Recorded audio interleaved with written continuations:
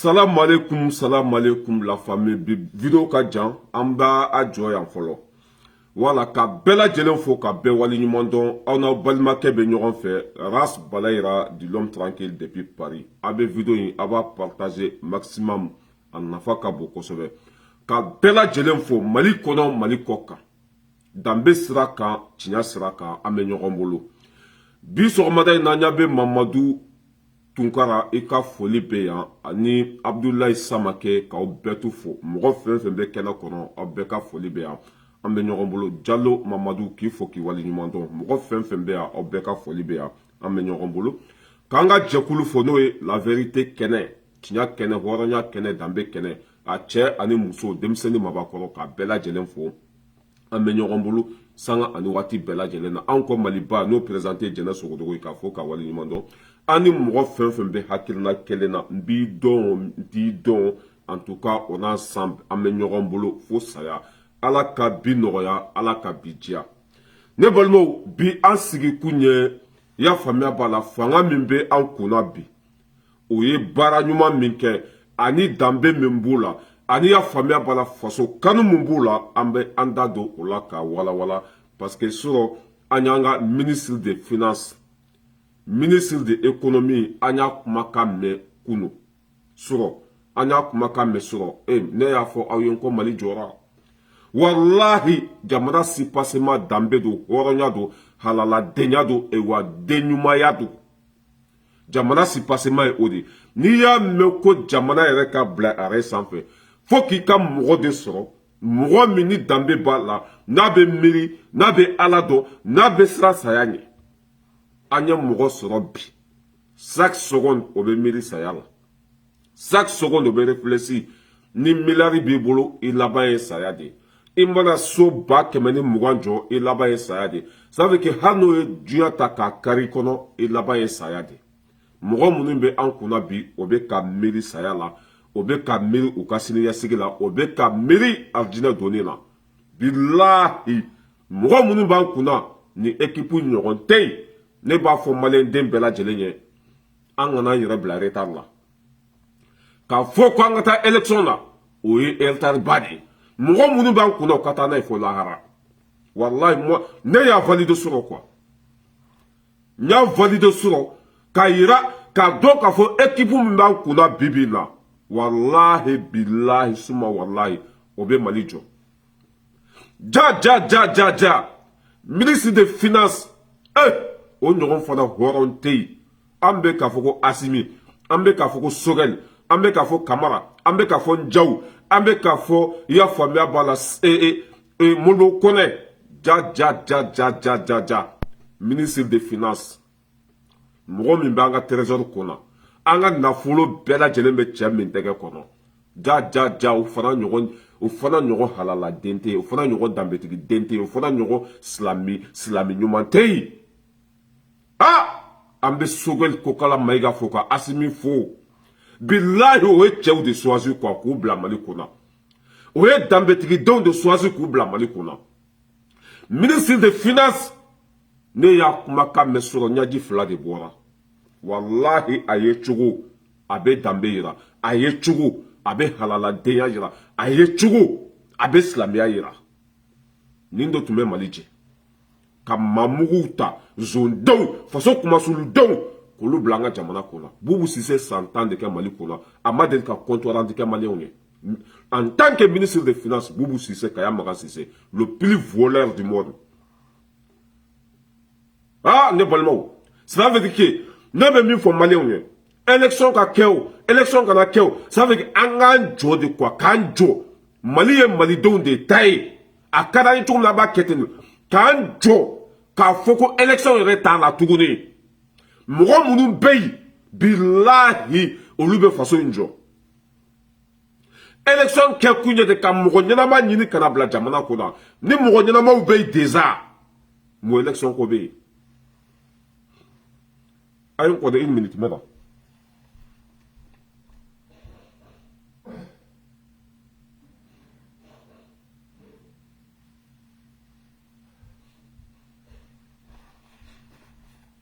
wala a bɛ hakɛ to ka bɛɛ lajɛlen fo Zeska metenga foli biye. Yana nga do an sigikun kono. Jimmy Kante me fla bla ku kono. Jimmy Kante ire joye. Parce que depanya gushi. Aka kuma charabe ka foronto. Ambe video damine na le suno na fate alela. Mais comme aka foronto li chara. Aka kuma chara. Mena Jimmy Kante boka ira ou la démodèle mindo folo. Suno an sigiku e maliko de. Ministre des Finances. Ministre de Défense, ministre de la Justice, nous mourons ça va comme on a fait. Billahi. Non, Mali Djora quoi. Billahi, nyen kali ala minka bonga kalima. Mali Djora. Nya fo ayenga kuma kono. Jamana si passema dambedu. Jamana si passema horonyadu. Jamana si passema faso kanudu. Dambebe nunu na nunu horonde ewa nunu be Mali Djora. Wallahi billahi mɔgɔ minnu bɛ jamana in kɔnɔ ministre des finances a kumana sɔrɔ ɲaji fila de bɔra quoi billahi danbe bɛ ninnu faso dɔrɔmɛ kelen billahi ninnu t'a sɔn faso 1 centime ninnu t'a ta ka k'u ta ye Mali bɛ jɔ yan'an ka taa ɲɛfɛ ne balimaw Jimmy Kante bɛ kule la a bɛ ka taa document dɔw ta k'u bila a ka page sanfɛ. Quand les ma critique que Gouassan allait be Maliko de la abeta galonfi Jimmy Kante a tel que Maliki Konate ni Malidon be hakilna kelena wa ayi Jimmy Kante daga wuli termuso oye Adam comment s'appelle Adam Diko musoni jema mi fo makoranya ani Maliki Konate wole kana français sommet France Afrique Maliki Konate ni musoni minana Germany Jimmy Kante daga wuli terke de oye obe jonka barala Adam Diko obe jonka barala France oni jonka di France Maliki ni jonka di France Maliki te Asimi fe Maliki te Sogel fe mɔgɔ mun be fanga la bi Adam to olu fe Jimmy Kante a fɔra ko mɔgɔ bi I teri I b'a sɔn bɛɛ ta fo a ka cɛɲa ewa y'i teriw sɔn bɛɛ ta Jimmy Kante ne de filɛ ne k'a fɔ parce que an bɛ fɛn jan de natɔla ye n'an bɔra ka kuma mɔgɔw t'a faamu n'an bɔra ka kuma mɔgɔw b'a kɛ juguya de o k'an tɛ bi mɔgɔ si kan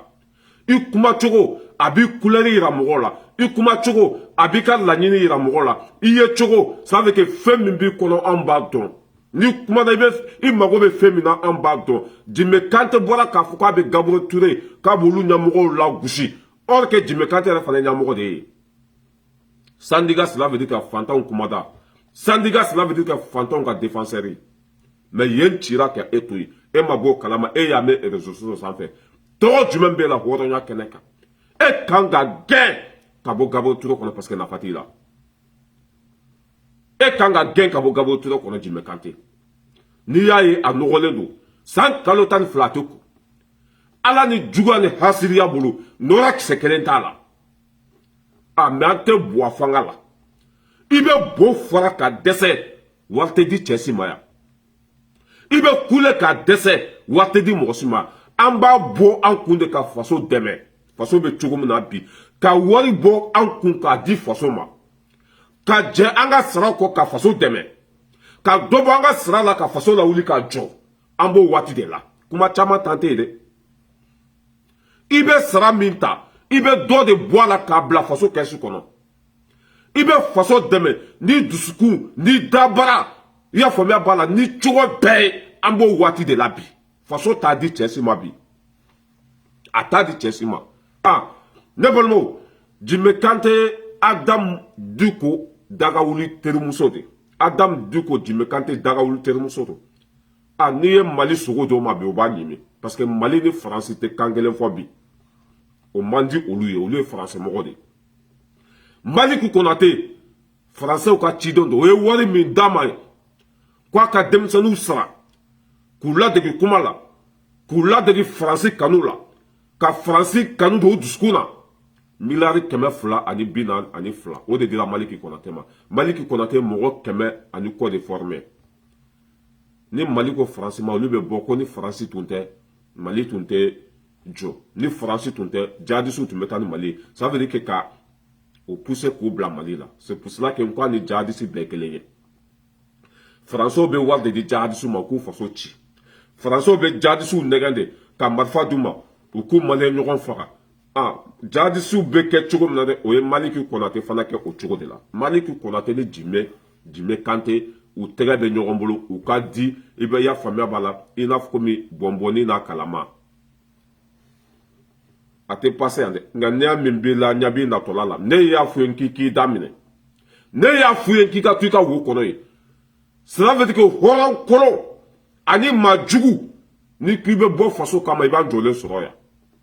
bilahi an bɛ jele kɛ k'i kunkolo zɛmɛ dayɛlɛ bilahi an bɛ zɛmɛ ça veut dire an bɛ jele marteau min b'an poche kɔnɔ ka yala marteau min b'an poche kɔnɔ ka yala an b'a bila kun cɔ ma i ka cɛ bilahi i bolitola bɛ i ɲɛsin jahanama ma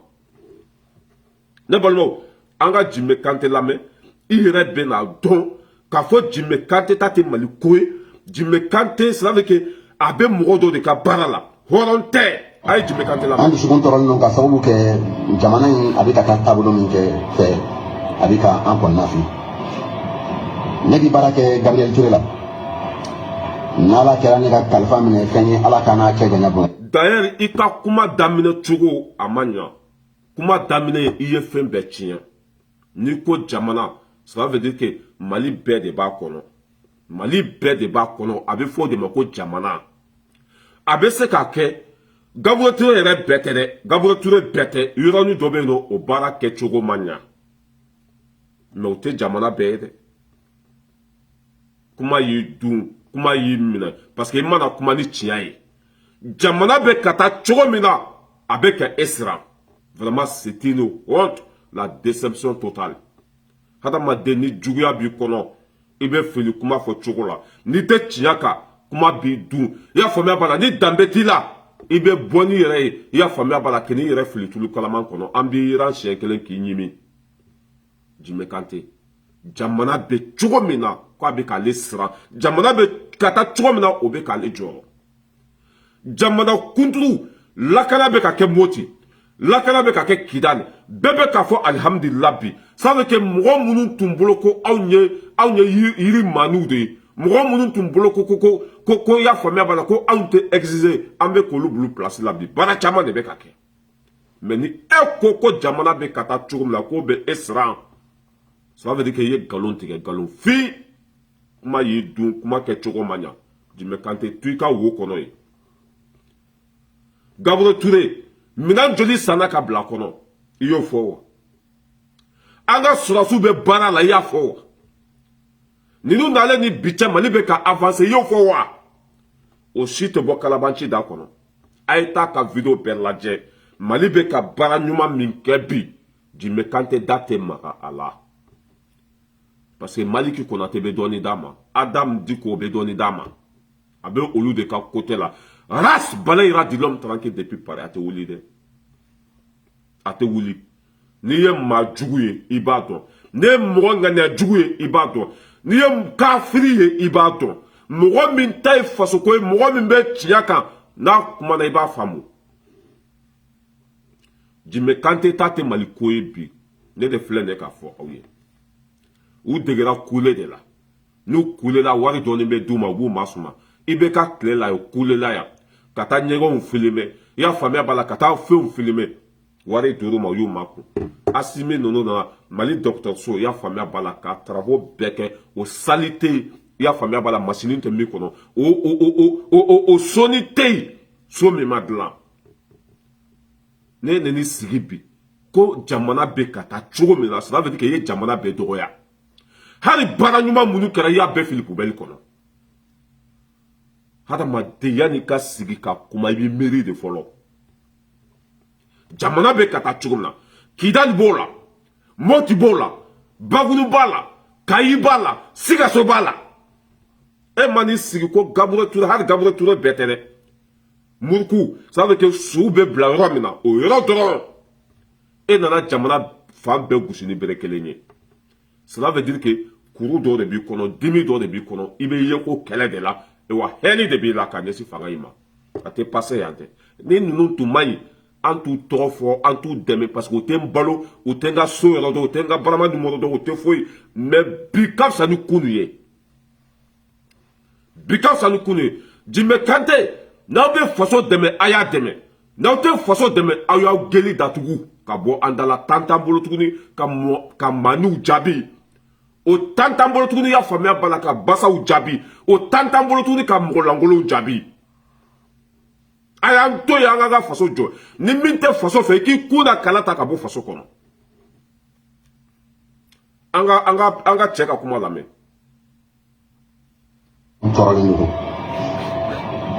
Andi sukun tɔrɔlen don ka sababu kɛ jamana in a bɛ ka taa taabolo min kɛ fɛ a bɛ ka an kɔnɔna fili. Ne bɛ baara kɛ Gabriel Ture la n'ala kɛra ne ka kalifa minɛ fɛn ye ala ka n'a cɛ janya Bamakɔ ne bɛ bila ka na Gabriel Ture morgue la ka sababu kɛ n dɔnnen don yen n ka baarakɛ yɔrɔ ye. Maa caman bɛ yen minnu bɛ cɛsiri sugu bɛɛ lajɛlen kɛ pour que Gabriel Ture morgue a ka se ka ɲɛ dɔw ye nafolobaw don a la. An bɛ ONG Alfarku fo. A ma mɛn a nana forage dakabana jɔ ko su minnu n'u bɛ bila morgue la u kana dɛsɛ ji la. Ala ye Gabriel Ture garijɛgɛ don ɲɛmɔgɔ dɔw la ɲɛmɔgɔ minnu tuma dɔw ni an bɛ se ka f'u ma k'a fɔ ko u ka baara kɛcogo anw ta don u b'a kɛ cogo o cogo. An bɛ don min na ko bi nin y'a tile caman de ye ji gansan ka se k'a sɔrɔ ka furew k'u la saniya Gabriel Ture morgue la gɛlɛya bɛ a la. An y'a kunnafoniw mɛn réseaux sociaux sanfɛ an y'a kunnafoniw sɔrɔ bɔlɔlɔw sanfɛ an fana wulila an ye ɲininkali kɛ an yɛrɛ di baara kɛ yan mais an tun t'a kalama an bɛ Ali 24 fo. Voilà, écoutez le plus connard indigne malhonnête an yɛrɛ bɛ baara kɛ yan mais an tun t'a kalama ko degun bɛ fantanw kan ko degun bɛ sugu kan déjà wolokun tɛ e la kuma da yɛrɛ tɛ e bolo tuguni ne y'a fɔ mɔgɔ mɔgɔ ŋaniya ka jugu ka ɲɛsin faso in ma i bɛ bɔ n'i yɛrɛ ye mɔgɔ mɔgɔ ta tɛ Mali ko ye i bɛ n'i yɛrɛ bila tulu kalaman kɔnɔ fura t'a la e wa tɛ kɔrɔbɔ a y'a fɔ olu minnu bɛ ka baara kɛ Gabriel Ture kɔnɔ ji tɛ yen ka su mɔgɔ minnu bɛ fatu k'u su k'u ko k'u bila fɛn kɔnɔ congélateur kɔnɔ ji tɛ yen. Ale ma bɔ o kalama fo ale nana mɛn réseaux sociaux de sanfɛ mon frère n'an y'i bila nin ko in na i tɛ n'i sigi tuguni ka molobaliya kɛ nin bɛ k'a dan ye nin bɛ k'a dan ye en tant que syndicat de Gabriel Ture fantanw kumada fantanw ka défenseur i bɛ baara kɛ yen tɔɔrɔ bɔ olu kan e ma bɔ o kalama tɔgɔ jumɛn bɛ e la danbe kɛnɛ kan la question est là. Le petit con. Toro du même bela horoya keneka. Est-ce que Ninkanga to Gabriel Ture kono tuguni wa? Ninkanga kem roka sandiga et tuguni wa? La question est là. En plus, il faut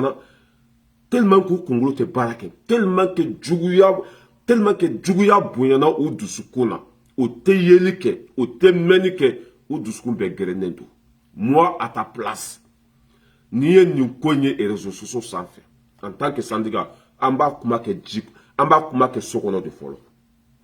n'an dɛsɛra ale fana ka ɲɛmɔgɔ an bɛ se o ma ni o ma se an bɛ se président ma et ministre kunturu yɛrɛ bɛ yen hôpital kama ministre de santé bɛ yen a bɛɛ lajɛlen bɛ droit bɛ syndicat bolo ka ministre de santé convoqué olu si ma kɛ. Jamana tɔgɔ bɛ tiɲɛ cogo min na jamana bɛ buruja cogo min na jamana kɔnɔdenw bɛ se ka fitinɛ ka bila ni fanga la cogo min na o baara de ɲɛɲinitɔ filɛ ni fanga in bɛ lagosi cogo min na o de ɲɛɲinitɔ filɛ sinon e bɛ ka mɔgɔ min critiquer bilahi o ka fisa ni e ye e bɛ ka t'i sigi ka dɔ fɔ mɔgɔ min ma o su ka fisa ni e ɲɛnama ye parce que o kɔni i ko ko o ma ka baara kɛ mais e min taara baara kama n'i ko danbe b'i la e min taara fantanw dɛmɛli kama ni k'i bɛ faso fɛ tiɲɛni bɛ ka kɛ hôpital kɔnɔ e ma bɔ o kalama e taara mɛn réseau de sanfɛ Jimé Kante ne jigira e la dɛ o de la n y'a fɔ aw ye kuma bɛɛ tɛ fɔ kuma bɛɛ tɛ fɔ e bɛ Gabriel Ture kɔnɔ olu ka degun e ma bɔ o kalama est ce que an b'a bisigi ko degun bɛ yen wa. Comme il y a ko danbe bila k'i bɛ ka kɛlɛ kɛ tiɲɛ de kan an b'a bisigi est-ce que Djiko Genabeba, est-ce qu'il y a un faut Tiadoua?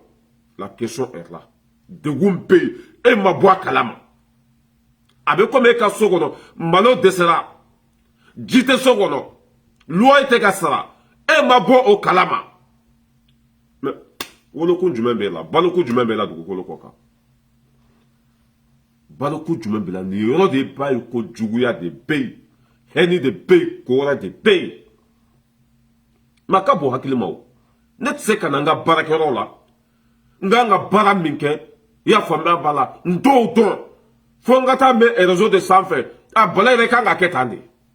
Mais c'est décevant. C'est honte. Est-ce que ni folen tunte blola? Ni tuma droguta, ni danga tunti ko, ni ala tumi labla, ni seguka kwa danga tuma mine. Est-ce que tu nga boni ere? Et tu nga boni ere wa? La question est là. Il est magosa. Il est jalaki. Il n'a ni nege bon mola. Djouya de bi kono. Il veut faire qu'un fanga la gouchidi. Fanga ye bara chamanke. O mamme eda kono, mabo eda kono. Optali bilama. Ani kunu te kelenye. Mali gabura tura bilama. Amba seria djian kono, ambita seria lahara. Ani kunu te kelenye. Bi minan beka blay, bara ou beka ke, mali beka avancer. Net le kelema ou me eda kono. Foni koni kera, ebene djon. En même temps, à tafoku gabura ture yoro fitini dobe. Yoro fitini ni sara, ibeta blarom na yani ka blaibe ko. Ou yoro fitini, ayo bedeke jamanaye. Jamana be kata chugo mena, kwa mayi.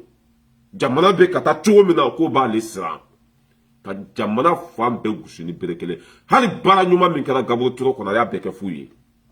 Parce que ni ko jamana ta chugo mayi. Jamana tabulu mayi. Jamana be kata chugo mena be esra. O kora hali bara nyuma fen kera. Iyo lu beke fuye.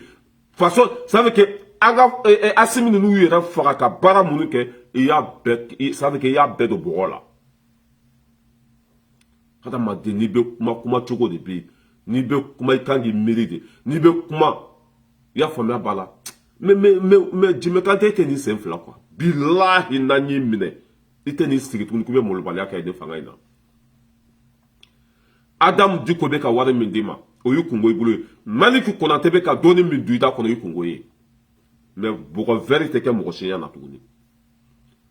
Bara mikira gabure ture kono.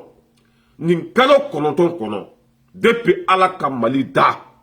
U bara nyogoma del ka kay. Et lekele nyofo. Mais ka galon da moko la ka moko toro tien ka bi moko ka moko la fitina ku bla fanga la. Abeso ko ke. Mais jibe do ko la dondoni de. Jamana se ka jo enku. Jamana min tira 100 ans. Jamana min tira 100 ans. O tse ka tlat lekele. Ambe nyoron demede. En tant que fantan kumada, syndicat ere fantan kumakandi. Syndicat est fantan ou défenseur de. A fantan be sa. Dite kolu suko. Et dumbe barakei. Et ma bo kalama foi na même réseau de sans fait. Hein? Jimmy Kante. Moi à ta place, je parle même pas. Mba corriger ce qu'on. Nyamogo mbe nate kaka barake ministre de santé mbe se oma. Ni oma kobola o beka ministre o sogale mbe se oma. Sogel te banka mo se resura. Ni sogel masaka fembola o beka masake asimi mbe se oma ni amanyana bo o la mena sigi réseau sans fait. Mais o te mali fait. O te fanga y fait. Ou de lembe wari dunde la wari dun.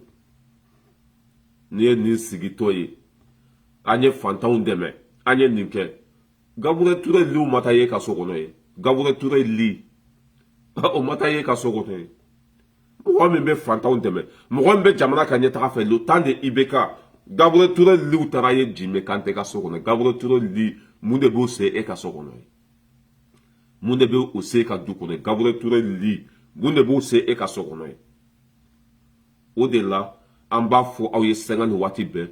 alimami bɛ bisimila dɔn zon bɛ bisimila dɔn hɔrɔnkolonden a bɛ se ka hɔrɔnya duloki ta komi a bɛ ca min filɛ cogo min na a bɛ ca min filɛ cogo min na ka na hɔrɔnya duloki ta ka n'i sigi banɛni man ɲi fanɛni man ɲi jaa ɲɔgɔn banɛnikɛla tɛ yen maliyɛn fanba bɛɛ bɛ tan de a ko a hakɛ to a fanba a hɔrɔnkolon de ka ca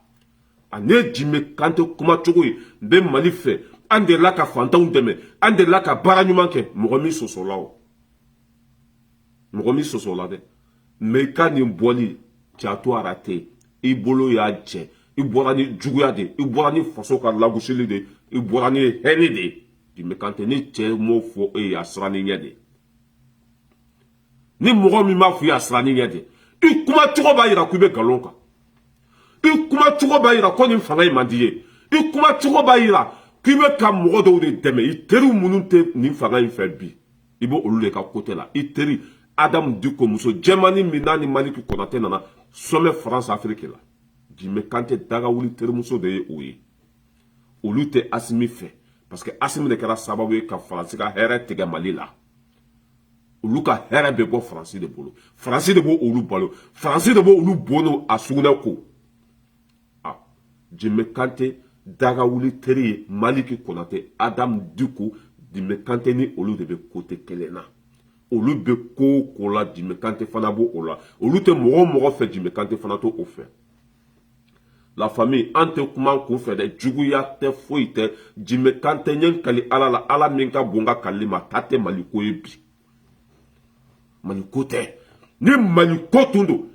ni fanga ye baara ɲuman min kɛ i tun b'a mɛn Jime Kante da ni fanga bɛ taa cogo min na Jime Kante da baara ka bon cogo min na a tun bɛ bɔ k'a lakali Gabriel Touré fɛn o fɛn kɛra a kɔnɔ bilahi ni Jime Kante tun ye hɔrɔnya tun b'a bɛɛ filime kelen kelen hali an ma fɛn minnu ye hali ça fait k'an tɛ fɛn minnu kalama ka bɛɛ da ka bɛɛ yira maliyɛndenw na mais a teriw tɛ nin fanga in fɛ mɔgɔ minnu bɛ dɔɔni dɔɔni don ale da kɔnɔ o tɛ nin fanga in fɛ la question est là mɔgɔ vérité kɛ mɔgɔ si ɲɛna tuguni Jime Kante va te faire foutre an k'a ka vidéo bɛɛ lamɛn n b'a décortiquer k'a d'a ma maa si tɛ bolo foyi la tuguni tɔɔrɔlen don an dusukun tɔɔrɔlen don ka sababu kɛ jamana in a bɛ ka taa taabolo min kɛ fɛ a bɛ ka an kɔnɔna fili ne bɛ baara kɛ Gabriel Touré la n'ala kɛra ne ka kalifa minɛ fɛn ye ala ka n'a cɛ janya Bamakɔ ne bɛ bila jamana ani Gabriel Touré ye kelen ye wa mais c'est quoi jamana bɛ ka taa cogo min na a bɛ k'ale kɔnɔna fili jamana bɛ ka taa cogo min na a taa cogo man ɲi o tuma na Mali bɛɛ bɛ Gabriel Touré de kɔnɔ wa baara ɲuman foyi ma kɛ jamana yɔrɔ si ma ɲi n'a taa cogo ka ɲi wa tu as vu ce connard là mais danga de bɛ ninnu kɔ segukaw ye danga min don faso kumasulu den bɛɛ bɛ to panpan na komi tinɛni o bɛ t'u yɛrɛ fili tulu kalaman kɔnɔ an b'u ɲimi i y'a faamuya b'a la an b'u ta ka bɔ tulu kalaman kɔnɔ k'u kunu siɲɛ kelen o y'olu ka ko bɛɛ bannen mɔgɔ mɔgɔ ŋaniya ka jugu ka ɲɛsin nin fanga in ma ka ɲɛsin faso ma ala bɛ bɔ n'a bɛɛ kelen kelen jamana bɛ ka taa cogo min na hali tun ka t'i sigi Gabriel Touré yɛrɛ kɔnɔna bɛɛ tɛ parce que baara ɲuman caman kɛra yen Moriku kuma daminɛ a ye jamana de lagosi mais tagalen ɲɛfɛ a siranna kuma fɔ cogo parce que i b'a ye kuma laban a bɛna min fɔ tuguni a siranna a panikɛra parce que a b'a dɔn k'a fɔ ni bɔra ka dɔ fɔ nin fanga in ma an jɔlen bɛ yan bere kɛnɛ b'an bolo an b'a fari kun i y'a faamuya b'a la i bɛ taa tuuru cɛ lahara ka na n'i bɔra k'i bɛ nin fanga in lagosi nkalon kan bere kɛnɛ b'an bolo an b'a dasi kun i bɛ taa tuuru cɛ lahara ka na voilà le fils indigne malhonnête n bɛ audio in bɛɛ k'a la silamɛ b'u ka tɔmɔta t'a kɔnɔ n bɛ audio in bɛɛ bila ka jouer hɔrɔndenw b'u ka tata t'a kɔnɔ depuis an bɔra k'a gosi a bɛ fɔlɔntɔ sugu bɛɛ la a ye video 3 de kɛ kunu fana ɲɛ b'a la ne y'a ka photo bila an ka page sanfɛ ko bi sɔgɔmada in na ko n bɛna a kama a taara document dɔ ta k'o bila a ka fɛn sanfɛ k'olu tɛ ka critique kɛ gɔsa dɛ ko dalilu filɛ ne m'a fɔ dalilu t'i bolo dɛ mais i bɔ cogo o de man ɲa hɔrɔnya kɛnɛ kan i bɔ cogo man ɲa c'est-à-dire que i nani yɛrɛ ci an tɛgɛ kɔnɔ i nana ni dimi dɔ de an y'i kunbɛn a bɛ ka taa musaru ni fɛnw fara fara ɲɔgɔn kan ko dalilu filɛ regarde c'est bilahi ni ma to i ka wo kɔnɔ saraka wulu ye i nɔgɔlen komi gawo fatɔ i tɛ nin koyoko la komi fɛ an tɛ i bɛ ka fanga la dɛ wari tɛ Asimi bolo k'a ka di mɔgɔ ma jamana o jɔyɔrɔ de bɛ Asimi na i ɲɛ bɛ dabaraba fɛn fɛn na ninnu kulela i bɛ ka tile la yan wari de dir'u ma a y'a mako nin tun bɛ taa hali ɲɛgɛn kɔnɔnaw filime i bɛ ka tile la nin tun bɛ taa hali a ka sokɔnɔnaw filime i bɛ ka tile la wari dilen a ma e m'a tununen ko maliburu i m'a tununen ko mali wari mali ko tɛ nin bɛɛ vekira an bɛɛ ɲɛna yan an ni ninnu bɛɛ ye kɛlɛ kɛ ɲɔgɔn fɛ yan mun de la u ka kɛlɛ danna sira la tais-toi de dir'u ma tais-toi mugumugu i bɛ ka fanga tun bɛ tan de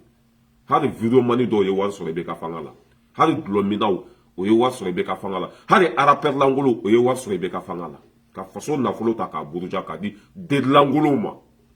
a tɛ pase tuguni an bɛ Jime Kante kumakan k'a la hakilimaw mɔgɔw kana taa fɔ k'an ta bɛ se bɛɛ ma an ta bɛ se fasoden jugu bɛɛ ma an ta bɛ se hɔrɔnkolonden bɛɛ ma an ta bɛ se faso kumasuluden bɛɛ ma ni ka yan tɛ se ma jɔn bɛ ka se Asimi ma jɔn bɛ ka se Sogɛli ma jɔn bɛ ka se Sadio Kamara ma jɔn bɛ ka se i y'a faamuya b'a la ministre de économie jɔn bɛ ka se a ma personne ni ka ɲi maa si tɛ se ma mais ni ŋaniya ka jugu k'a ɲɛsin faso ma ko e kelen ka wari e kelen ta i bɛna jɔlen sɔrɔ an bɛ sanpɛrɛn jigin kan ayiwa Jime Kante kafiri de ala jugu don Mali ko tɛ ni Jime Kante tun bɛ ala dɔn waati min na i bɛ ka fanga la minɛn kelen ma san ka bila Gabriel Ture kɔnɔ Jime Kante bɛ tila tuguni k'o likolo ninnu suɲɛ ka taa n'a ye ka so an yɛrɛ ɲakisɛ komi waatiw mɛnna de sinon tun bɛ nana i ma se Gabriel Ture li waati min na tun bɛ ka i bɛ ka mɔgɔw lagosi olu de nana n'a foto ye Jime Kante sigilen bɛ Gabriel Ture li kan a bɛ ka saliji ta u nana n'a foto ye yan e bɛ ka dɔgɔtɔrɔso min lagosi ko minɛn tɛ yen o li taara a yɛrɛ sɔrɔ e ka so kɔnɔ o li kolon taara a yɛrɛ sɔrɔ e ka so kɔnɔ danbe bɛ min hɔrɔnya bɛ min an bɛ ka mɔgɔ o mɔgɔ kɛlɛ ɲɛ ka di ala la si ma ɲi n'u ka ɲi o tɛ kɛlɛ n'i ye nin sigilen n'a dabaraba ye a n'a ɲi bɔnnen ninnu ye i b'a fɔ ko danbe bɛ a la mɛ danbe t'a la dɛ a bɛ Maliki Konate ka kɛlɛ de la a bɛ k'olu de dɛmɛ Adam Diko o y'a daga terimuso a bɛ k'olu de dɛmɛ Ras Balayira di l'homme traqué depuis Paris an tɛ bi mɔgɔ si kan a bɔra bɔ cogo min na Mali man ɲi Mali taabolo man ɲi Mali bɛ ka taa cogo min na man ɲi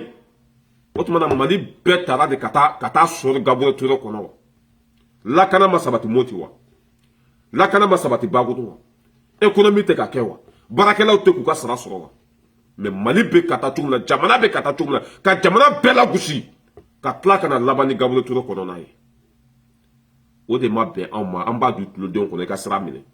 n'i tɛ faso fɛ i k'i kun na kala ta ka bɔ yen n'i tɛ se baara la i k'i makun le plus lâche indigne a bɛ tila tuguni o video kelen kɔnɔ ale yɛrɛ taara k'a bila yɔrɔ min na k'a ka yen kɔlɔsi k'a ka fantanw dɛmɛ tiɲɛni bɛ ka kɛ yen ale ma bɔ a kalama fo a nana a kuma mɛn réseau de sanfɛ an b'an yɛrɛ ɲininka est-ce que nin ye den ye wa an b'an yɛrɛ ɲininka est-ce que nin kunkolo bɛ yen wa syndicat ye fantanw kumada de syndicat ye fantanw ka défenseur de olu fantan kelen ninnu tɔɲɔnen bɛ e bɛ ka baara kɛ yɔrɔ min na e ma bɔ o kalama fo e nana bɔ a kalama réseaux sociaux de la e wulila ka taa o ko ɲɛɲini e bɛ ka dɔ fɔ mɔgɔ min ma est-ce que o tigi ma fisa ni e yɛrɛ ye wa e bɛ ka dɔ fɔ mɔgɔ min ma est-ce que o tigilamɔgɔ ma fisa ni e ye wa la question est là an ka kɛ nin kana se a ka baara la e min ko danbe bɛ e la e min ko e ta ye Mali ko ye e min ko e bɛ fasoden jugu ko e b'olu contrôler en tant que ni kojugu bɛ e bɛ ça veut dire que e b'o kɛlɛ kɛ a tiɲɛni donna yen kun e ma bɔ o kalama fo réseau sanfɛ on se demande toi tu es qui on se demande toi tu es qui wa nin den langolo ninnu de b'an sen kɔrɔ i b'a dɔn mun de y'a to n'a bɔra ka nin video kɛ yan segukaw ye danga min to mɔgɔ mɔgɔ bɛ faso contre la ala k'i lebu ala k'i kɔbɔ fiɲɛ la ala k'i mago sa o danga de minɛna bɛɛ bɛ ka bɔ ni yɛrɛ ye ni danga t'i kɔ bilahi tɛ n'i sigi ka nin kuma sugu fɔ mais danga de bɛ yen bilahi ɲɛ kale ala la danga de bɛ yen i kɛ yɛrɛ ka baara kɛ yɔrɔ nin to komi sisan Jimmy Kante b'a ka du kɔnɔ malo dɛsɛra dudenw na ji dɛsɛra dudenw na kɛnɛya tɛ dudenw kan hɛrɛ tɛ du kɔnɔ mais Jimmy Kante ma bɔ o kalama an b'an yɛrɛ ɲininka Jimmy Kante dutigi façon jumɛn ye dutigi modèle jumɛn don ni n ka cɛ n'i mana taa nin fɔ yɔrɔ o b'a fɔ cɛ a ye nin gɛn ka bɔ yen a ye nin bɔ a place la Jimmy Kante ka du cira ale ma se ka bɔ kalama fo dɔ de to lahara k'o kuma fɔ réseau sanfɛ Jimmy Kante ka sɔrɔ ka taa ka du kibaruya ɲini ka sɔrɔ ka taa don a ka du kɔnɔ tɔɔrɔ min bɛ dudenw kan ka sɔrɔ k'o dɔn nka a yɛrɛ y'a si kɛ du kɔnɔ gɛlɛya bɛ a ma se k'a dɔn est ce que an b'an yɛrɛ ɲininka est ce que gɛlɛya bɛ du in kɔnɔ wa est ce que kɔngɔ bɛ dudenw na wa est ce que ɲani bɛ dudenw kan wa ni tɔɔrɔ tun bɛ dudenw kan Jimmy Kante ka du kɔnɔ a muso tun n'a fɔ a ye a denw tun n'a fɔ a ye n'a ma ɲɛnabɔ du ça veut dire que du lankolon tun bɛ to a bolo muso n'a denw tun bɛ taa o tun bɛ taa furu cɛ wɛrɛ ma c'est pour ça que ne yɛrɛ bɛ ka siga kuma est ce que tiɲɛ don wa a yɛrɛ bɛ tila k'a fɔ k'ale bɛ baara kɛ ye k'ale bɛ baara kɛ ye mais ale tun ma bɔ a kalama en tant que le défenseur des pauvres syndicat ye o de ka bɛɛ ka hakɛ ɲini ka d'a ma ka bɛɛ dɛmɛ tɔɔrɔ bɛ mɔgɔ minnu kan k'u dɛmɛ n'a fɔra ko fɛn bɛɛ bɛ mɛn réseau de sanfɛ bi mais c'est fini pour toi mon petit ala ka hinɛ la k'i dayɔrɔ sumaya i y'an kɔ k'i tun na ala k'a nɔgɔya de toute façon molobaliya tɛ kɛ nin ɲɛmɔgɔ ninnu na ka mɔgɔw la fitinɛ k'u bila nin fanga in na a tɛ passé an jɔlen bɛ yan ka nkalon da nin fanga in na a tɛ passé ministre de santé bɛ yen premier ministre bɛ yen yanni e ka bɔ ka video kɛ nin cogo la e ye baara jumɛn kɛ ji dugu ma kuma bɛɛ de bɛ fɔ réseau sanfɛ wa ko bɛɛ bɛ kɛ réseau de sanfɛ wa Asimi bɛ ka baara mun kɛ a bɛ ka bɛɛ kɛ réseau sanfɛ wa Sogɛli bɛ ka baara mun kɛ a bɛ ka bɛɛ fɔ Facebook de sanfɛ wa ko dɔw bɛ yen nɔ olu bɛ dilan ji dugu ma de ni dɛsɛra i bɛ bɔ n'a ye a ye mɔgɔw tɔɲɔ quoi bilahi an ka jugu sago la mais n bɛ vocal in bɛɛ to a ka taa tɔɔrɔlen don an dusukun tɔɔrɔlen don ka sababu kɛ jamana in a bɛ ka taa taabolo min kɛ fɛ a bɛ ka an kɔnɔna fili ne bɛ baara kɛ Gabriel Touré la n'ala kɛra ne ka kalifa minɛ fɛn ye ala ka n'a kɛ janya Bamakɔ ne bɛ bila ka na Gabriel Touré morgue la ka sababu kɛ n dɔnnen don yen n ka baara kɛ yɔrɔ ye maa caman bɛ yen minnu bɛ cɛsiri sugu bɛɛ lajɛlen kɛ pour que Gabriel Touré morgue a ka se ka ɲɛ dɔw ye nafolobaw don a la an bɛ ONG Alfarku fo a ma mɛn a nana forage dakabana jɔ ko su minnu n'u bɛ bila morgue la u kana dɛsɛ ji la ala ye Gabriel Touré garijɛgɛ don ɲɛmɔgɔ dɔw la ɲɛmɔgɔ minnu tuma dɔw ni an bɛ se k'a f'u ma k'a fɔ ko u ka baara kɛcogo anw ta don u b'a kɛ cogo o cogo an bɛ don min na ko bi nin y'a tile caman de ye ji gansan ka se k'a sɔrɔ ka furew k'u la saniya Gabriel Touré morgue la gɛlɛya bɛ a la an y'a kunnafoniw mɛn réseaux sociaux sanfɛ an y'a kunnafoniw sɔrɔ bɔlɔlɔw sanfɛ an fana wulila an ye ɲininkali kɛ an yɛrɛ bɛ baara kɛ yan mais an tun t'a kalama an bɛ Ali 24 fo o min ye kunnafoni lase journalistes y'an wele ka bɔ renouveau la k'an ɲininka ko n'a sɔrɔ an b'a kalama an wulila ka sɛgɛsɛgɛliw kɛ an y'a sɔrɔ tiɲɛ don maa dɔw bɛ k'u ka su ta ka taa n'a ye bi ka bɔ Gabriel Touré la ka taa n'a ye yɔrɔ wɛrɛw la ka se ka taa ko ye ala ni ji ka ɲa Gabriel Touré forage 3 de bɛ Gabriel Touré kɔnɔ Somajɛku bɛ Gabriel Touré kɔnɔ forage ninnu bɛɛ lajɛlen bɛ se ka ji bɔ i b'a fɔ ko kabako a kelen o kelen bɛ se ka jɔ ni Gabriel Touré mais ni ala y'i garijɛgɛ don ɲɛmɔgɔ sugu dɔw la morgue ni kaburu dɔw o y'an ka so labanw ye an bɛ dugawu kɛ yarabi ma ala ka ɲɛmɔgɔ ɲuman di an ma min bɛ hinɛ an na min bɛ jɔrɔ ni an da yɔrɔ laban ye salamu alaikum hakili la video in tɛ kun tɛ juguya ye mais a bɛna kɛ sababu ye ka morgue labɛn morgue min n'an bɛɛ lajɛlen bɛ se ka an yɛrɛ sɔrɔ a kɔnɔ tuma bɛɛ on est tous des potentiels malades On est tous malheureusement de potes. Voilà, où est mais pour renouveau de Aoulé, renouveau et Johnny Boubou Sissé, renouveau de Aoulé, renouveau et John Boubou Sissé, renouveau Jimé Kanté, Maliki Konate, Adam, c'est vrai que nous nous berras batch à bef, nous remontons façon fait, à bébé qu'on a fait un renouveau de là. Et renouveau FMI, Boubou Kara du Soin, nous remontons Malik contre la bébé qu'on a fait un taillende. Né de Yafo, à Boubou Kara du Soin. Et renouveau FM. Et wa vidéo kelen kono Jimé Kanté ko forazi saba de be ne ko forazi kele ko be se ka jidi Gabriel Touré bem ko jiko desete jiko gelate yoro minna ji desra ka so ka suko oye John no e Jimé Kanté oye John ka foto Jimé Kanté de be se ka jama fara nyogon ka had ni kilebe ministry de poste kono ye nyamoro de poche kono ka jama fara nyon ko beta kile boa poche kono ka orobine daile beka subeko billahi ni Jimé Kanté ba ka baraton ni Jimé Kanté be fanton de kama wallahi Jimé Kanté ka Gabriel Touré jama fara nyon ka har ni nyamoro imbana o beta kile bo a poche kono ka orobine jit ayra ko jiko galate ko phrase saba de be cela veut dire que Jimé Kanté est de desra ka barala Jimé Kanté est de te horonye et wa Jimé Kanté bokunte jikoyi a bokunte murukukoyi a bokunye ni fanga ila gushili de kuma damina boyira kuma kechogo boyira asira na ima video labana ko ale mata ke jugo ya ide ni jugo ya te kono pour que ni be boy da kono ni ko rete e da kono pour que video labana ko ale mata da bo jugo ya kamade ni yoro de bayi ko be sira jugo ka abe mogo de ka barala e wa Jimé Kanté ibe ka chemin critiquer o su ka sa ni enyana mai ere manga to Gabriel Touré kono tuguni e ye sandigade toro bika barakero la de gumbe e ma bo kalama fo na bo kalama e réseaux sociaux de elka e réseaux sociaux de sans fait e Jimé Kanté moi à ta place nte kuma yare moi à ta place billahi nte boko me kuma surtout comme là quand nous bonda qu'on y a des baraques mais en tout cas kalama o ba ira ko degunte o ba ira ko torote o ba ira ka fu ko wora de be ekono o ba ira ka fu ko ebe fe kamoro de blani fangaina c'est ça mais ala be ko bo fien la ya mo ni ka jugu ala bi labla ambe tamela barakate la ne bolmo anga ministre de défense bola ka kuma soro ne la fera quoi ministre de défense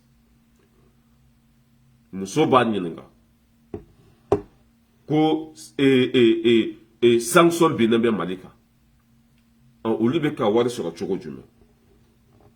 ni halala dembe jamana ko na bila ibe lafia ko ni horon dembe jamana ko ne be lafia Boubou Sissé s'entend de ke jamana ko na ami sigi Mali télé la abada wari hakɛ min bɛ ka sɔrɔ ko fɔ jamana kɔnɔdenw ye jamana économie ye hakɛ min ko fɔ jamana bɛ fonctionner cogo min na ko fɔ jamana kɔnɔdenw Boubou Sissé ma compte rendu kɛ malien den si ye o de la ni ne ye nin kafiri den ninnu lajɛ ko bɛ nin fanga in lagosi a tɛ passe o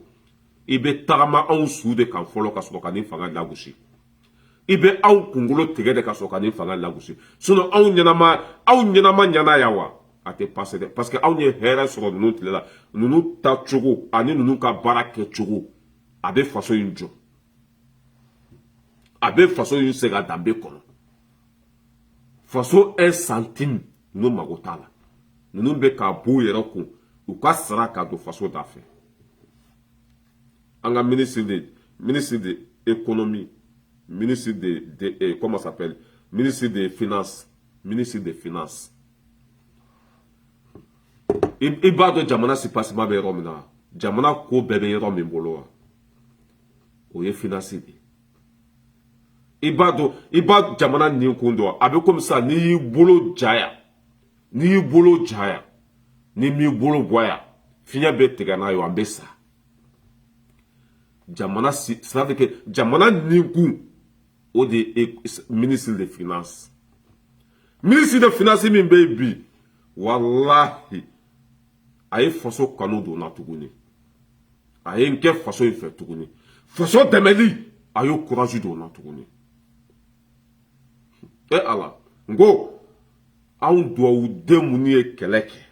ko changement kana fantanw ka hakɛ ka d'u ma ala man ka sɛgɛn kɛ f'u ye dɛ ala y'an ka wele jaabi ala y'an ka sɛgɛn a y'a wolo hɛrɛ la ala n ko non sogɛl ninnu kunkolo bɛ baara kɛ dɛ wallahi sogɛl ninnu kunkolo bɛ baara kɛ u ka équipe in n m'a fɔ kolon tɛ yen dɛ maa ɲuman de ka ca wa o ye cɛ min bila ministre de finance ani Paul Kagame bɔlen de komi woro n'a fɛrɛ ani Paul Kagame u bɔlen de komi woro n'a fɛrɛ wallahi surɔ ne sunɔgɔra fo ka n daji bɔ Mali jɔra wallahi Mali jɔra wa ko bɛ yen de ko bɛ yen de ni yen tiɲɛna jamana bɛ tiɲɛ ni yen cira jamana bɛ ci finance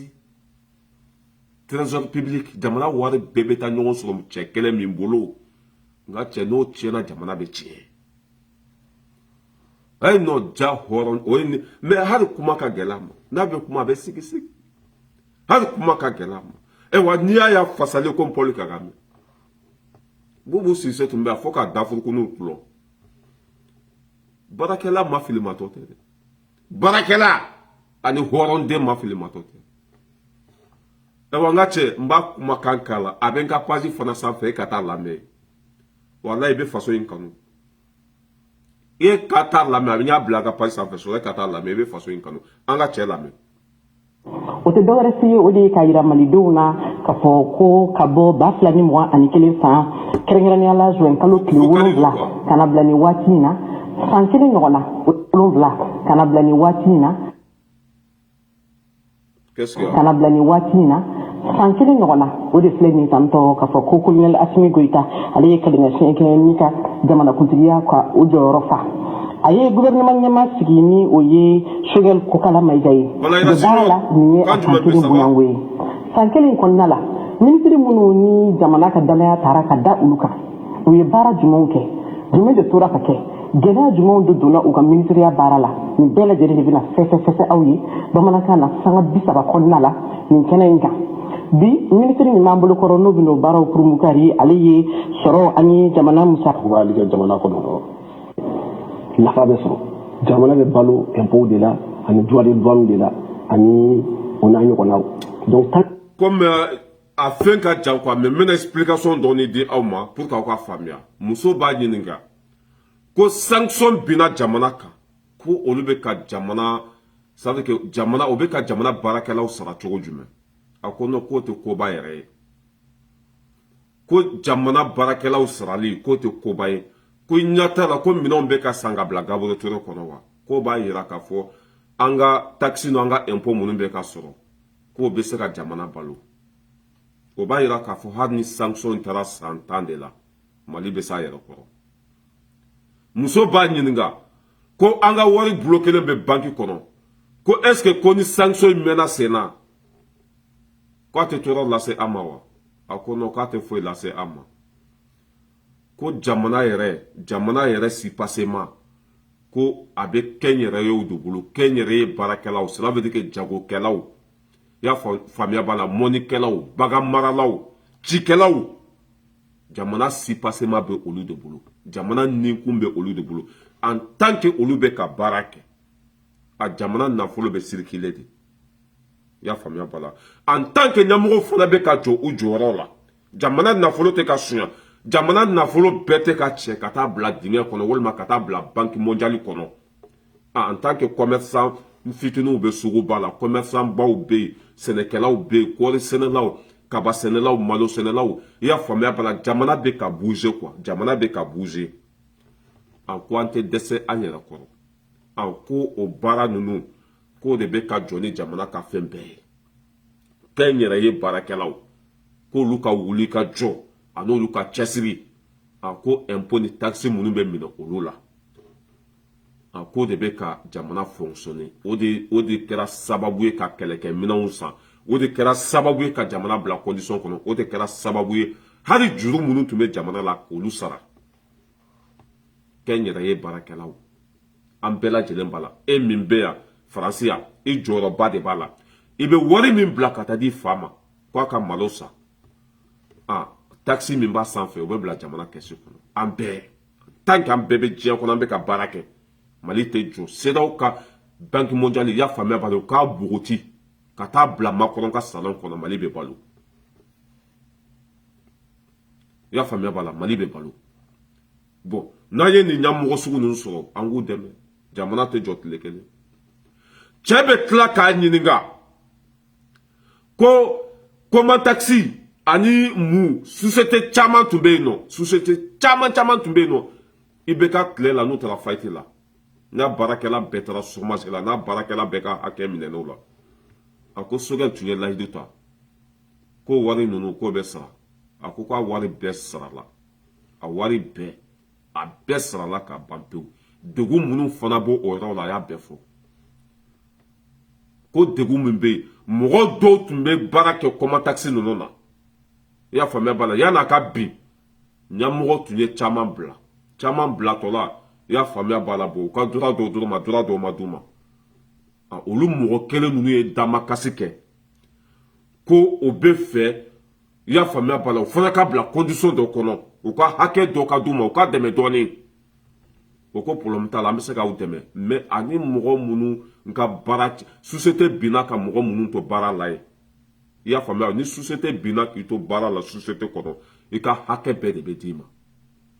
ni société taara fayiti la ça veut dire que ne bɛ baara yɔrɔ min na ni n ka société taara fayiti la o ju ma bɔ ne la o ne ka droit bɛɛ de bɛ di ne ma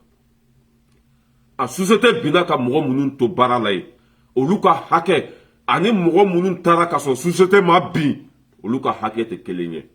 olu mɔgɔ ninnu de y'a ɲini ko hali n'olu ye dɛmɛ dɔɔni sɔrɔ mɔgɔ minnu taara ka sɔrɔ société ma bin ko hali n'olu ye dɛmɛ dɔɔni sɔrɔ k'o bɛ fisa olu ma o y'o accordé k'a fɔ k'o bɛ dɛmɛ dɔɔni kɛ olu ye olu de y'i to o la tuguni komi o ye yan sɔrɔ k'o bɛ yan fana ɲini ko société binna ka mɔgɔ minnu t'a kɔnɔ olu ka hakɛ ani mɔgɔ minnu taara ka sɔrɔ société ma bin k'o bɛɛ ka kɛ kelen ye bon olu ko ninnu bɛ ka corriger i y'a faamuya b'a la ani fana mɔgɔ dɔw tun bɛ yen nɔ compte tɛ olu bolo parce que ni juru bɛ sara a bɛ passer banque de fɛ dalu bɛ sɔrɔ i y'a faamuya b'a la trace bɛ to mɔgɔ caman fana tun bɛ yen nɔ compte ma dayɛlɛ olu juru ninnu ça veut dire que comment taxi ni société caman tun bɛ Mali kɔnɔ ni juru tun bɛ olu la o juru bɛɛ bɛ ka sara waati min na sanction bɛ an kan waati min na an ka wari bloqué bɛ banque mondiale la an yɛrɛ halala nafolo BCEAO ye i sen d'a kan k'a tɛ bɔ pour que kɔngɔ ka anw minɛ gɛlɛya ka anw sɔrɔ an ka wuli ka ɲɛsin an ka ɲɛmɔgɔ ma k'u gɛn mais ala bɛ ko min na o ma tiɲɛ an ka wari bloqué kun filɛ nin de n'an ka wari bloqué la kɔngɔ bɛ an minɛ ni kɔngɔ y'a minɛ an bɛ Asimi gɛn tubabuw tɛ Asimi fɛ mais ala ko ayi banque mondiale tɛ dɛ hali n'aw ye béton ka c'est à dire que ka taa Mali entouré ni béton de ka béton wuli fo Sangolo Mali bɛ balo parce que an bɛ tiɲɛ de kan an ma foyi ɲini an ka jamana basigi an ka jamana ka hɛrɛ an ma bin mɔgɔ si kan an ma foyi kɛ mɔgɔ si la an ka jamana tɔɲɔnen don an fa n'an baw bɛ ka sako de ka dabila ni e ko tɛ dabila e de bɛ malo Mali tɛ malo an ka ɲɛmɔgɔ ye nin dɔrɔn de ɲini sinon ma se mɔgɔ si ma i y'a faamu min ye comment taxi ye ani société caman tun bɛ yen société duuru ɲɔgɔn olu bɛɛ ka hakɛ bɛ ka d'u ma bi waati min na embargo bɛ an kan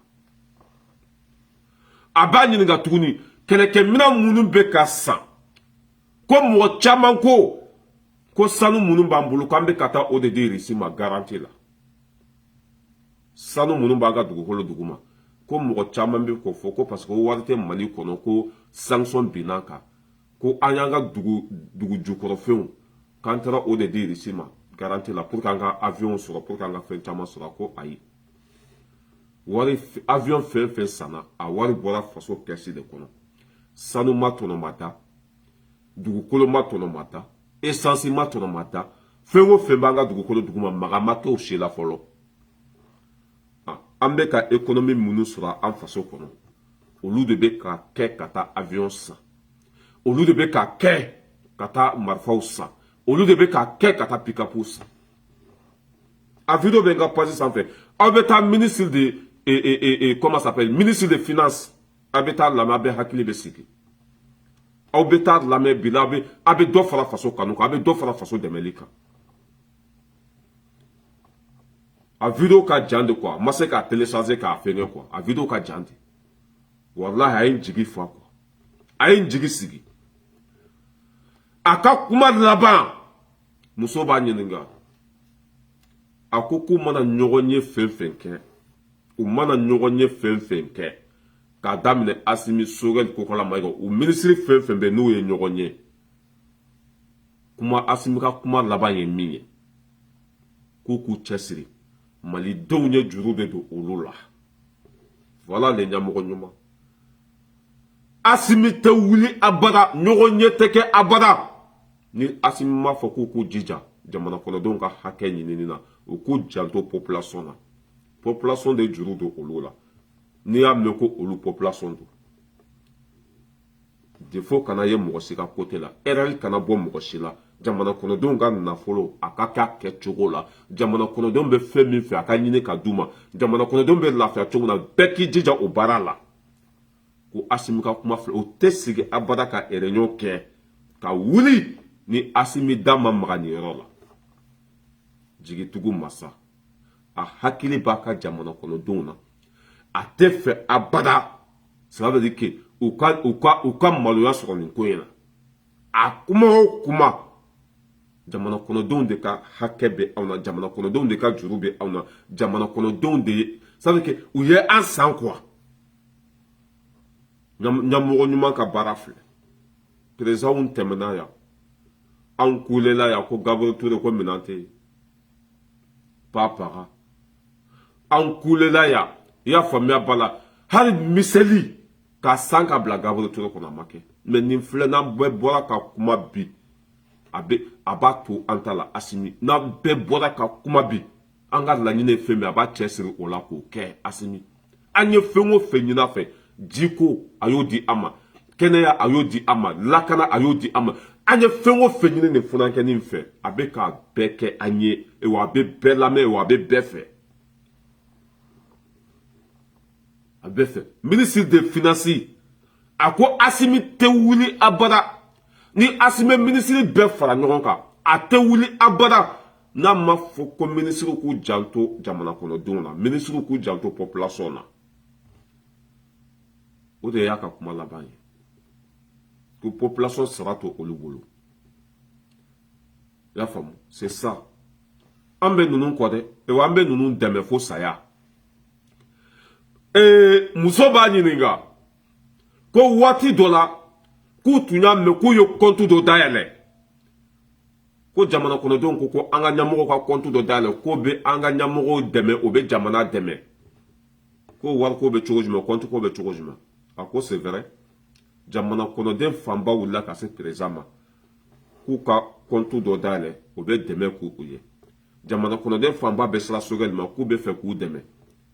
jamana kɔnɔden fanba bɛ sira ale yɛrɛ ma k'u bɛ fɛ ka wari b'u kun ka jamana dɛmɛ a ko c'est vrai o kɛra mais u y'u sigi k'u miiri o ko k'a tɛ ɲɛ fo que compte de ka dayɛlɛ u ye compte dayɛlɛ mɔgɔ minnu bɛ fɛ ka 1 euro i y'a faamuya b'a la 10 centimes 20 euros 100 euros 1000 euros 1 million dɔrɔmɛ kelen man dɔgɔ ba kelen man ca a compte dayɛlɛlen bɛ yen wa baara in fana bɛ ka k'a kɛcogo la a compte bɛ yen nafolo fɛn fɛn donna fɛn fɛn virera fɛn fɛn ça veut dire k'a bɛɛ dalilu bɛ a bɛɛ pɛrɛfu bɛ a bɛɛ réussi bɛ yen o ko daminɛ ni bi cɛ 100 ani kɔ o de sɔrɔla fɔlɔ ka bila o kɛsi kɔnɔ 100 ani kɔ nka cɛ an ye buwa dɛmɛ yan nka cɛ a wari taara yɔrɔ min na mɔgɔ si t'a dɔn buwa ye kɛsi sigi yan ko wari tɛ jamana kɔnɔ coronavirus bɛ yen arasa yɛrɛ kulela yan arasibati ko bɛɛ ka dɛmɛ don kɛsi in ma wari donna kɛsi kɔnɔ o yɛrɛ y'a tila o ɲɔgɔn cɛ dɔ dira arasibati ma e y'a kuma mɛn arasibati la tuguni e y'a kuma mɛn tuguni kɛsi sigila yan coronavirus waati ko ka dɛmɛ kɛ i y'a faamuya b'a la an ka faamaw ye ko wari tɛ jamana kɔnɔ o waati sanction tun ma bin Mali kan dɛ an ka wari tun bolo kelen tɛ wa maliyɛnw tun bɛ impôt sara dɛmɛ tun bɛ bɔ fan bɛɛ fɛ ka na di Mali ma mais Buwa nan'i sigi ko Mali tɛ se k'an k'u dɛmɛ an y'u dɛmɛ yan o ye compte rendu kɛ jɔn ye wari hakɛ min sɔrɔla o y'a fɔ jɔn ye mais ninnu ça veut dire que Sogɛli y'a décidé de ministre fɛn fɛn bɛ yen a bɛɛ bɛna kuma Mali téléso la i ye baara min kɛ i bɛna fɔ i jɔyɔrɔ ye min ye i bɛna fɔ Mali télé wa a daminɛna Mamadu Kasonkɛ de la Mamadu Kasonkɛ zo minnu minɛna o ye wari hakɛ min sara kɔsɔn hakɛ min sarala $13 o ye kɔsɔn dɔrɔn ye comment ça s'appelle Mamadu Kasonkɛ y'a fɔ Mamadu Kasonkɛ ministre de la justice o fɔlɔ de kumana o bɔra yen nɔ ministre de finance o kumana sɔrɔ comment ça s'appelle Sadio Kamara o fana kumana mais o ka kuma y'a sɔrɔ n sunɔgɔra m'o lamɛn fɔlɔ Sadio Kamara o fana kumana wa ministre bɛɛ de bɛ tɛmɛ Mali hors thème la baara min bɛ ka kɛ faso kɔnɔ ka compte rendu kɛ jamana kɔnɔdenw ye voilà les différences i y'a faamuya b'a la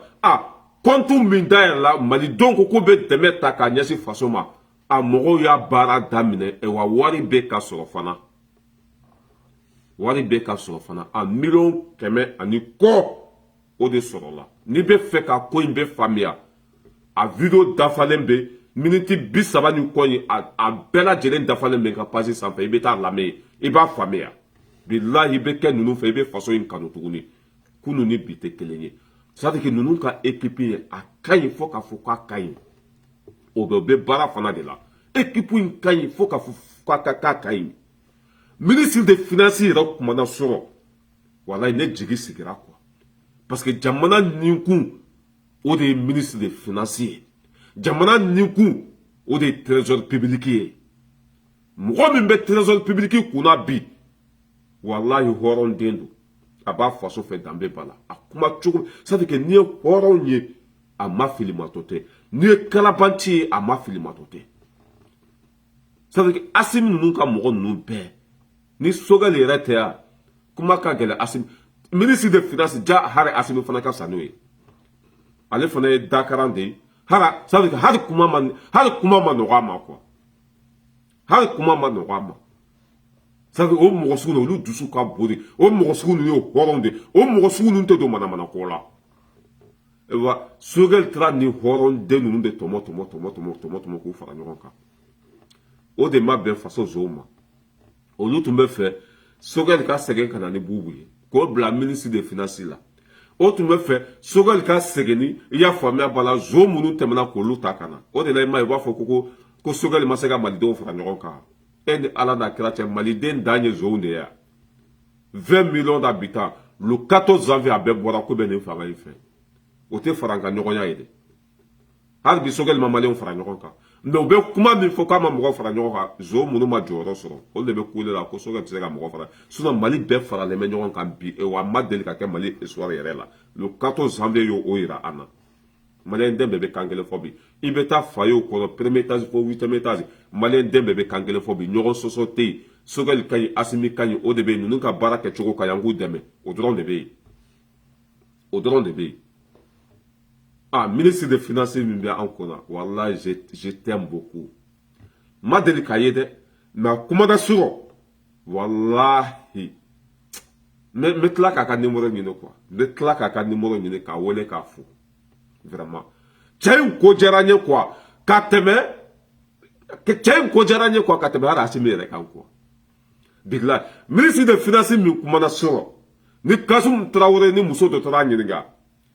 wallahi a ko diyara n ye ka tɛmɛ Assimi kan a ko diyara n ye ka tɛmɛ Sogɛli kan bilahi suma wallahi cɛ in yɛrɛ kanu donna dusukun na ka tɛmɛ ninnu bɛɛ kan parce que n'i y'a mɛn ko Assimi n ka cɛ wari marala de bɛ yen dɛ n'i y'a mɛn ko Sogɛli wari marala de bɛ yen dɛ n'i y'a mɛn ko comment s'appelle Kamara Sadio Kamara wari marala de bɛ yen ninnu si tɛ se ka baara kɛ ni ministre de finance min jɔ nin yɔrɔ de ye Mali ci depuis Ala ye Mali da an ma deli ka mɔgɔ ɲɛnama sɔrɔ nin côté de la Bubu de tun bɛ yen Mali taara cogo jumɛn Mali ma ci wa yanni Bubu kana mɔgɔ min tun bɛ yen a wariko kɛra cogo jumɛn wa nin de tun bɛ jamana jɛ en tant que jamana tɛ ka économie kɛ jamana tɛ jɔ en tant que jamana nafolo bɛ ka buruja jamana tɛ jɔ fɛn min yɛrɛ ka jugu jamana ma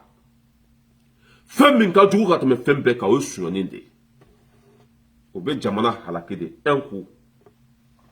i ɲɛ bɛ jamana zon ninnu na olu ka jugu ka tɛmɛ yadi ninnu kan o ka jugu ka tɛmɛ jihadisiw kan jamana zon mais ninnu fila alhamdulillah a cɛ ye compte rendu bɛɛ kɛ mali nafolo hakɛ min sɔrɔla a y'a bɛɛ fɔ mali budget bɛ bɛɛ i y'a faamuya b'a la i b'a dɔn frontière caman bɛ yen a bɛɛ datugura douane caman bɛ yen olu tɛ baara la parce que insécurité min bɛ mali kɔnɔ i y'a faamuya b'a la douane caman bɛ yen olu tɛ baara la mais o bɛɛ n'a ta an ka budget bɛ bɛn miliyari 2000 de ma miliyari 2000 mali bɛ ka balo ni o de ye bi an ka budget a bɛ bɛn miliyari 2000 ni dɔɔni de ma cɛ y'a bɛɛ détail de sɔrɔ mali bɛ fonctionne cogo min na sanction binna an kan a y'a bɛɛ fɔ juru fɛn fɛn tun bɛ faso la IBK ninnu tile la comment taxi dɛ ani société caman tun bɛ yen ni olu bɛɛ binna ni jamana kɔnɔdenw ka juru bɛ jamana la ni kɛnyɛrɛyew ka juru bɛ jamana la commerçants a bɛɛ ka juru bɛ ka sara bi a bɛɛ ka juru bɛ ka segin bi ayiwa ni Jime Kante nan'i sigi ko jamana bɛ ka taa cogo min na k'a man ɲi a ma fɔ Gabriel Touré dɛ kuma daminɛ ma kɛ Gabriel Touré ye dɛ ko mali bɛ ka taa cogo min na bi k'a man ɲi i b'a dɔn a ye dan sago Jime Kante ye dan sago Jime Kante tun man k'o fɔ a tun hali Gabriel Touré bɛɛ tɛ yɔrɔnin fitinin de bɛ Gabriel Touré kɔnɔ n'i sara i bɛ taa k'o yɔrɔ min na o yɔrɔ dɔrɔn Jime Kante mali bɛɛ gosi ni bere kelen ye o b'a yira ko juguya bɛ yen mais an bɛ dugawu de kɛ kodɔnbali ninnu ye ani fɛndɔnbali ninnu ala ka hinɛw la k'u dayɔrɔ sumaya ni Asimi tun man ɲi n t'a tɔgɔ fɔ n t'a jamu fɔ ye wa n tun b'a kɛlɛ fɔ lahara ni Sogɛl tun man ɲi n t'a tɔgɔ fɔ n t'a jamu fɔ ye wa n tun b'a kɛlɛ fɔ lahara o ye anw taabolo ye anw tɛ mɔgɔ kɔ dɛ an bɛ mali de kɔ i m'a ye n'i ye sira bila an b'i gosi yan o don ni renouveau kelen ye bubu ka kuma lasela ninnu Jime Kante ni olu bɛɛ bɛ jɛkulu kelen de la o don e ma kaba jakite kumakan mɛn yan ko c'est ko vidéokɛla ninnu sannen de tɛ cɛ dɔ y'i kanto ko vidéokɛlaw bɛ yen k'olu tɛ san dɛ ko ni olu tuguri kɔ ko n'i ye tiɲɛ bila k'olu bɛ bɔ k'i gosi bɔn ko n'i sanna hali n'i ye tiɲɛ bila k'u ye mɔgɔ min san k'a tɛ se k'a fɔ bila cɛ dɔ bɛ n tɛ cɛ in tɔgɔ dɔn o cɛ bɔra k'o de fɔ k'o bɛ ka vidéokɛla minnu accuser bi o bɛ ka vidéokɛla minnu dɔgɔya bi ko nɛnikɛlaw dɔgɔyamakɛlaw ko imputant k'o bɛ tiɲɛ de kan dɛ k'o tɛ bɛɛ dɔgɔya dɛ wa ko n'o tugura cɛ o cɛ ko n'i ye sira bila k'o b'i gosi k'o b'a yira k'a fɔ k'u tɛ se ka san parce que n'i sanna mɔgɔ min y'i san ça veut dire que hali n'a bɛ nkalon de kan i tɛ se ka dɔ fɔ o tigi ma tuguni la preuve est là Arasa filɛ nin ye Bubu y'a san a vidéo bɛ n kun mais n t'a dɔn a bɛ yɔrɔ min na a vidéo bɛ n kun Bubu ye Arasa san Arasa min bɔra k'a fɔ Bubu était menteur Bubu ye marché di a dɔgɔkɛ ma n'o ye Lotal ye 4 milliards gere a gere ko Bubu kan ka taa kaso de la Bubu tun bɛ Arasa sara kalo 10 millions tun bɛ di Arasa ma 10 millions par mois e ma ye Arasa ko Bubu ka bila ɲɔgɔn tɛ yen ani bi cɛ hali ni Arasa minɛ k'i b'a kan tigɛ de Bubu ka kojugu tɛ bɔ a da kɔnɔ olu de sannen don e ka taa fɔ ko Arasa ka émission kɛ Bubu kan fo k'a sa a tɛ se olu mɔgɔ sugu de sannen don mais an tɛ san o ni Asimi filila sini an b'a fɔ ni Asimi maliko bila an b'a fɔ ni Sogɛl sira bila an b'a fɔ an tɛ se ka san an bɛ jamana de kɔ wa an bɛ tiɲɛ de fɔ fɔ an joli laban a bɛ cɛ o cɛ kunna ko anw sannen don an tɛ san dɛ anw tɛ san dɛ ayiwa kaba y'i kanto tuguni mais ko o vidéokɛla tugu ninnu ko o tugura mɔgɔw kɔ yan k'o bɛ tila ka bɔ i kɔ ko ka taa tugu dɔ wɛrɛ kɔ k'o bɛ tila ka bɔ i b'a dɔn o ye min ye yan o ye ni mɔgɔ min ye faso bila an b'i bila ni mɔgɔ min bɛ faso jɔ sira kan an yɛrɛ ɲɛ b'a la ko baara tacogo ka ɲi dɔɔni dɔɔni an bɛ tɛgɛrɛ fɔ i ko parce que an bɛ faso de kɔ faso in de ka di anw ye n'a y'a sɔrɔ e nana komi Arasubaci filɛ o bɛ k'o de fɔ k'an bɔra o kɔ bɛɛ b'a seereya bi ko Arasubaci ye faso bila a ye tiɲɛ bila san na an ye Arasubaci bila k'a tila k'a frappe k'a sugu yira mɔgɔw la i y'a faamuya b'a la Asimi ninnu nana o bɛ ka baara kɛ wa walima o tɛ ka baara kɛ avion tun b'an bolo wa walima avion tun t'an bolo kunu avion tun t'an bolo avion fɛn fɛn tun b'an bolo n'a wulila sanfɛ a bɛ bɔ ka bin kanga mo fa bi avion bambula beta jadu su fa kana o makewa faso économie be kaka ke chokola soge les français gagnent o makea o de la ambe nous fait nous y en Israël blanc jolembe ya wari tise ka on ça veut que on te wari deyere moi je gagne 2 millions par mois né je gagne 2 millions par mois ni ne jona ola ko ne be nata mo de la o te la banko juguya yi o te tachi yi ambe ka balo chuo mina abe fo de moko alhamdulillah mo ka juruti la i ka jurute mo la sa ne ka jurube mo na te bayere mais mo ka jurute na la te e wa depuis ala kanda ma juruta depuis ala kanda ma juruta de besi kongo la de a chetei a muso tei ka fuika jurube balayra la tei depuis ala kanda ma juruta e wa hanin besi kongo la juru ne be sra femi jiya kono o ye jurude kata juruta mo fe ayi ne na bembolo ni wari bembolo ni me fe ka ni sambasa na tembolo mbatoi ni ya wari so dom na mbasa me kata juruta mo la kombe ni sa wolma ka juru kari nyera la tei abe fo de ma ko balo ko nyuma e dahil mete mo bolo e dahil mebe ala de bolo e wa ala e gardia foni be ki yere balo ki ka demba ya balo ka fembe ki yere yi ala ma fueto banati la mo ka juruti la e be ki ka musaka usoro har ni ma ke milliardaire tigi alhamdulillah ala fo ka ala barakata tout comme ça en bo chogo de la abe mo munu kuna ko ambe ante sans fenye de ante ngomi ante takula yo ante bombo kalamani an dambe kaboni sanu ni wari ni dambe fale wari la e kera bon fu safu e bo toro gwansa har mo munu betu sudu yo lu fana toro gwansa kani dambe la bla foye i hakili tu dambe la ni ma lafia bi sini be lafia ni ma ke fenye jian kona la rebe ke fenye kana soyi dambe ka perdi ni nde yan to ko fe nataba denya fembe ka soro sisa ebe ne ka wartigi wole ebe ne ka video ke warkama ebe ne ka mo burja ko doni do nda kono ni ka ine ba fo ni ma ine ba de fonte mo shi wole ya de mo shi wole ya kana dan wartigi amade ibu ka ke sanu ya bubu ko ka be wardi na ma nko ni me da kono to ni bi bote bubu sise to na ka be zenesi be de ça tu es malade ou quoi? Tu es malade ou quoi? Ni ça ou ta chene pele parce que obi san yorom na obi filmer de. Obi san yorom na obi kuma kan resire de. O lube wo fendi mo de kati bladu. E mai billahi hani arasa fa ko ka bobubu ko ba tise. Arasa bakati jobi ko arasa ka bobubu ko tise. Nyen kali ala me ga bonga kali ma tise. Bravo bébé dalu bébé bubu doro ke bula be. A bela jelembe abulu uba dama u ya filme wari be dama una be kuma tele u ya be a be dalu be hag savent que hag ni tra Putin ka satande aka keleke nan jugu bay ni tra sigara saka soda la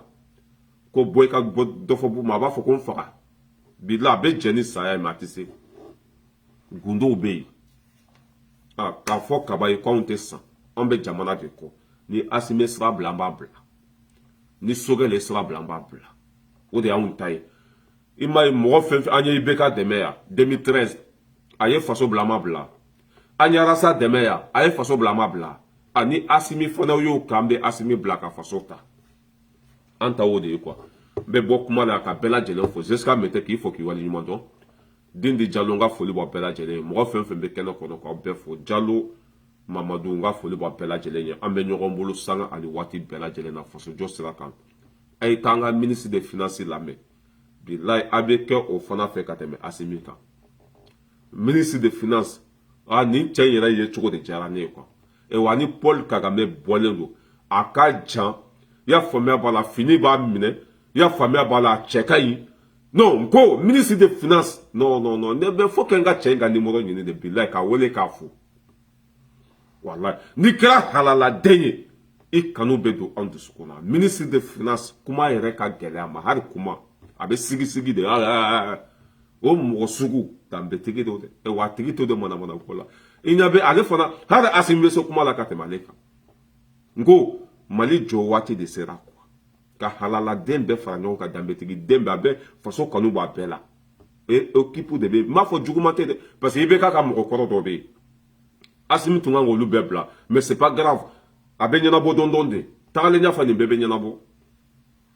walahi ministre des finances a bɛ n ka page sanfɛ a ye ta yen dɔrɔn n ye dɔnkili dumani in bila a kɔrɔ quoi dɔnkili dumani n y'o fana bila a kɔrɔ quoi bilayi ne yɛrɛ bɛ tila sa surɔ n y'a lamɛn den fois yanni n ka sunɔgɔ sɔgɔmada in na n nana n y'a lamɛn yanni n ka don video kɔnɔ n bɛ tila tuguni n bɛ bi bɛɛ kɛ ka ministre des finances min b'an ka trésor public kun na n bɛ tila san k'a lamɛn fo 14 heures walahi cɛ in mɔgɔ ɲɛnama don n'i y'a ye dɔrɔn i ye Paul Kagame ye quoi wa ni mɔgɔ sugu o k'a to yen dɛ trésor kun na trésor public kun na o k'a to yen kana bouge pas n b'aw bila yan merci beaucoup la famille an bɛ ɲɔgɔn bolo